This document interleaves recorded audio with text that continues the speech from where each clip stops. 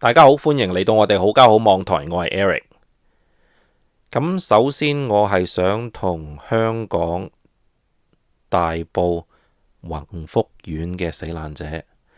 表示深切哀悼。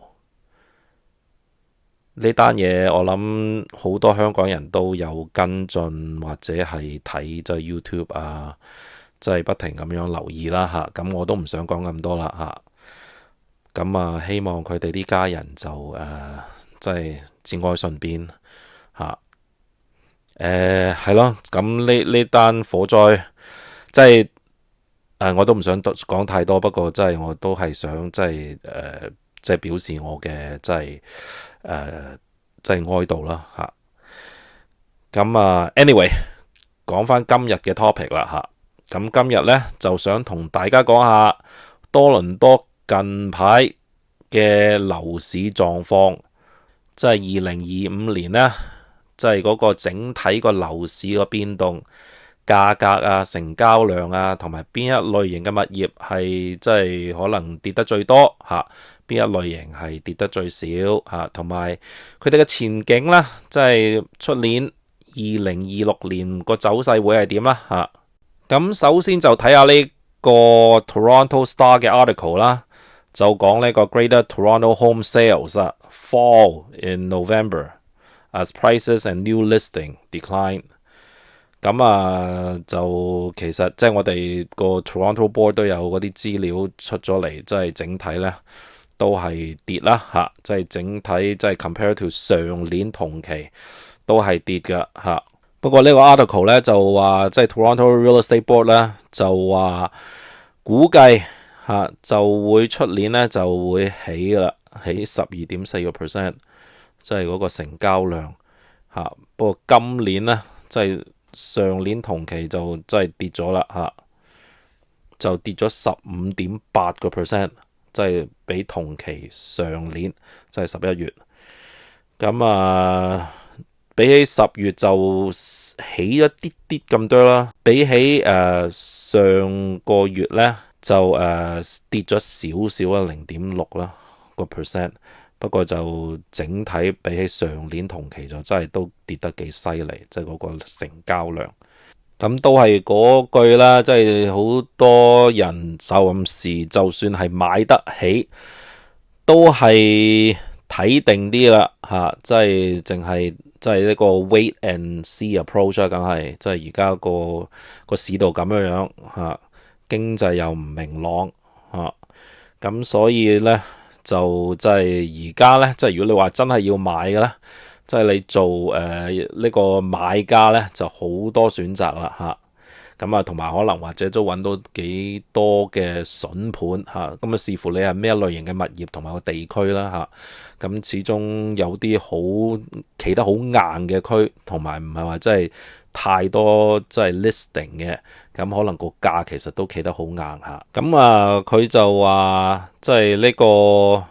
economy 啦，即係呢個 article 講啦，佢就話有 encouraging news on the jobs market 吓 in November 吓。咁話 Statistic Canada 咧就話10月嗰陣時咧又多咗67000份即係工作，不過唔知係咩工種啦，可能或者係有啲part time 或者咩吓，同埋係咩類型嘅工種，其實都好大分，即係好大影響到係咪呢一個群組係咪真係買樓嘅，因為係只係租樓噶啦吓。即係如果你係啲好多係 entry level position，其實根本佢哋就算加咗好多工作喺度，咁至多可能話個需求即係房屋可能 overall 即係計埋租務啦，咁可能會多啲啦嚇。咁佢就係話係已經係unemployment rate 係減低咗啦，咁即係多咗人揾到工，咁其實都係 good news 嚟嘅嚇。不過你話係咪真係好大影響到嗰個樓市呢？我即係個人覺得就唔係咯嚇。不過呢個 article 咁佢哋咁始終都係即係 trap， 即係同 real estate boy 一定係想即係擺一個好有呢個 positive 嘅 direction， 即係好有呢個即係想睇好個樓市個將來。咁所以佢點都即係用多啲呢啲咁嘅即係factor 嚟support 佢哋諗住覺得會即係出年我哋個樓市係會升翻上去嚇。咁話即係嗰個 economy 啦，加拿大個 GDP 就real gross domestic product 啦，就起咗少少啦，按一個 annualized basis 啦，喺第三季嚇。咁話好過即係對上嗰個即係 second quarter 啦嚇。即係對上就直情係又跌咗1.8%，咁今次即係 third quarter 起咗2.6% 按個 GDP。咁即係話 good news 啦，即係佢哋即係覺得即係嗰個 Canadian economy 咧係即係會應該係一個 positive 即係好嘅方向嚟走勢係好嘅。咁所以咧就樓市應該咧就會翻嚟啦嚇。咁係咪真係咧？咁其實根本冇人知啦。咁係咯，咁佢繼續講咧就係話即係多倫多就上個月啦，即係11月嗰陣時咧就即係 City of Toronto 即係 Core Toronto 咧就有1912宗交易嚇。咁比起同期11月2024年咧就跌咗14.2%，即係呢個就係 Core Toronto， 即係 City of Toronto， 即係唔計話York Region 啊，即係 Markham Newmarket 嗰啲啦嚇。咁就成個即係 the rest of GTA， 咁你話包晒即係成個 Greater Toronto 啦，home sales 即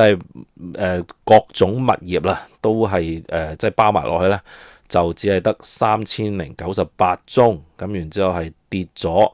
16.7% 嚇，比起即係同期啦，即係2024年 to 而家個 change 嚇。咁即係咯，即係整體成個11月比起上年咧，就真係都跌得都幾多下，即係個成交量嗰度。咁跌得最金個啲物業咧就係condo 啦，咁 no surprise 啦，即係個個都知啦嚇。即係跌咗成21.7% 啦，整體。咁townhouse 都跌嚇，跌咗15.5% 嚇。咁獨立屋咧都跌咗14.8%，然之後啲孖屋啦，因為呢個種類即係 semi-detached 啦，就只係跌咗5.5%啫，因為可能唔係話好多即係呢啲 semi-detached 啦嚇。咁即係唔係咁多呢啲 transaction 啦，咁 relatively 就跌少啲嚇。係咁所以即係都有講咧，即係另外一個即係 general manager Remax Realtron 佢都話no 即係 people just really have no clue the impact of what may happen and whether we may negotiate something that's more favorable for Canada。 即係呢個就係即係 refer to其實美國啦，即係其實特朗普嗰個關稅其實好大影響啦，即係對呢個加拿大嗰個經濟嚟講。咁所以我覺得即係唔多唔少，即係呢個 uncertainty 咧，其實我諗係好多，唔係話唔多唔少，係就係影響到嗰個 confidence， 即係而家都唔知發生咩事。尤其是如果你係喺即係你個工作，即係你份工咧係好 rely on 呢個美國嘅 trade 裏邊，或者你就甚至就唔係話 directly 啊，你或者你做 manufacturing 或者係即係啲工種係可能會受到呢個即係長遠嘅影響，咁可能分分鐘你份工都冇埋喎。咁所以你如果諗住係譬如你係諗住 upsize， 你都可能或者等定啲，即係分分鐘你如果係買咗間貴啲嘅屋，你買咗間可能細嘅 condo， 你唔知幾時無端端俾人哋炒咗魷，咁你真係大鑊啦咁。同埋今年11月咧就新 listing 咧又少咗，跌咗4% 啦。即係新嘅獨立屋或者 condo 咁嗰啲，即係譬如業主都可能知道啦即係而家個市係市道唔好，咁所以可能都冇咁多人想而家賣，即係除非係一定焗住要買嘅啫。如果唔係，可能 hold 得到，等耐啲嘅都會等啦咁不過你話即係 existing 即係整體有幾多貨嚟，即係幾多物業喺度賣緊呢11月呢，比起上年同期起咗成16.8%，即係有24,549個 active listing 喺成個 Greater Toronto Area， 即係成個 GTA。咁即係要賣嗰啲繼續喺度 list 嚟賣啦。咁你話新嘅加入去嚟一齊 list 呢，即係佢哋冇咁嘅即係urgency 或者係即刻要買嘅人，我諗佢哋如果 hold 到都唔會買噶啦，同埋都唔建議。即係講真，如果你話係諗住係賺一筆嘅，你都知而家個市根本你話 from the peak overall 整體其實價格 Toronto 即係視乎係咩物業同埋邊個區啦。不過你按 average 其實都跌咗成15-20% 噶啦，即係 from 個高位價，即係2022年嘅高位價嗰陣時嚇。咁所以如果係等得嘅就等咯嚇。即係你如果冇咁嘅特別需要賣嘅，其實而家呢個市道你擺出嚟即係唔會話係一個好快可以買得到啦，除非你真係即係你個價好好，然之後你間屋咧係即係執得好正。即係根本係好完美嘅，好多人會 look for 呢個即係 dream home。不過你都有心理準備，你而家個 market 就算你間屋係好好咧，你個價一定係要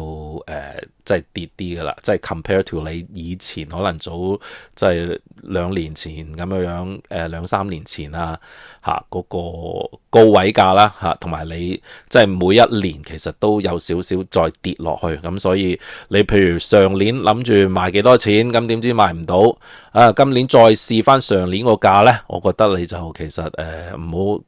有咁嘅 expectation。你因為上年個價分分鐘仲好過而家個價，咁所以你可能仲要再減啲。即係如果你話真係 serious 想賣你個物業。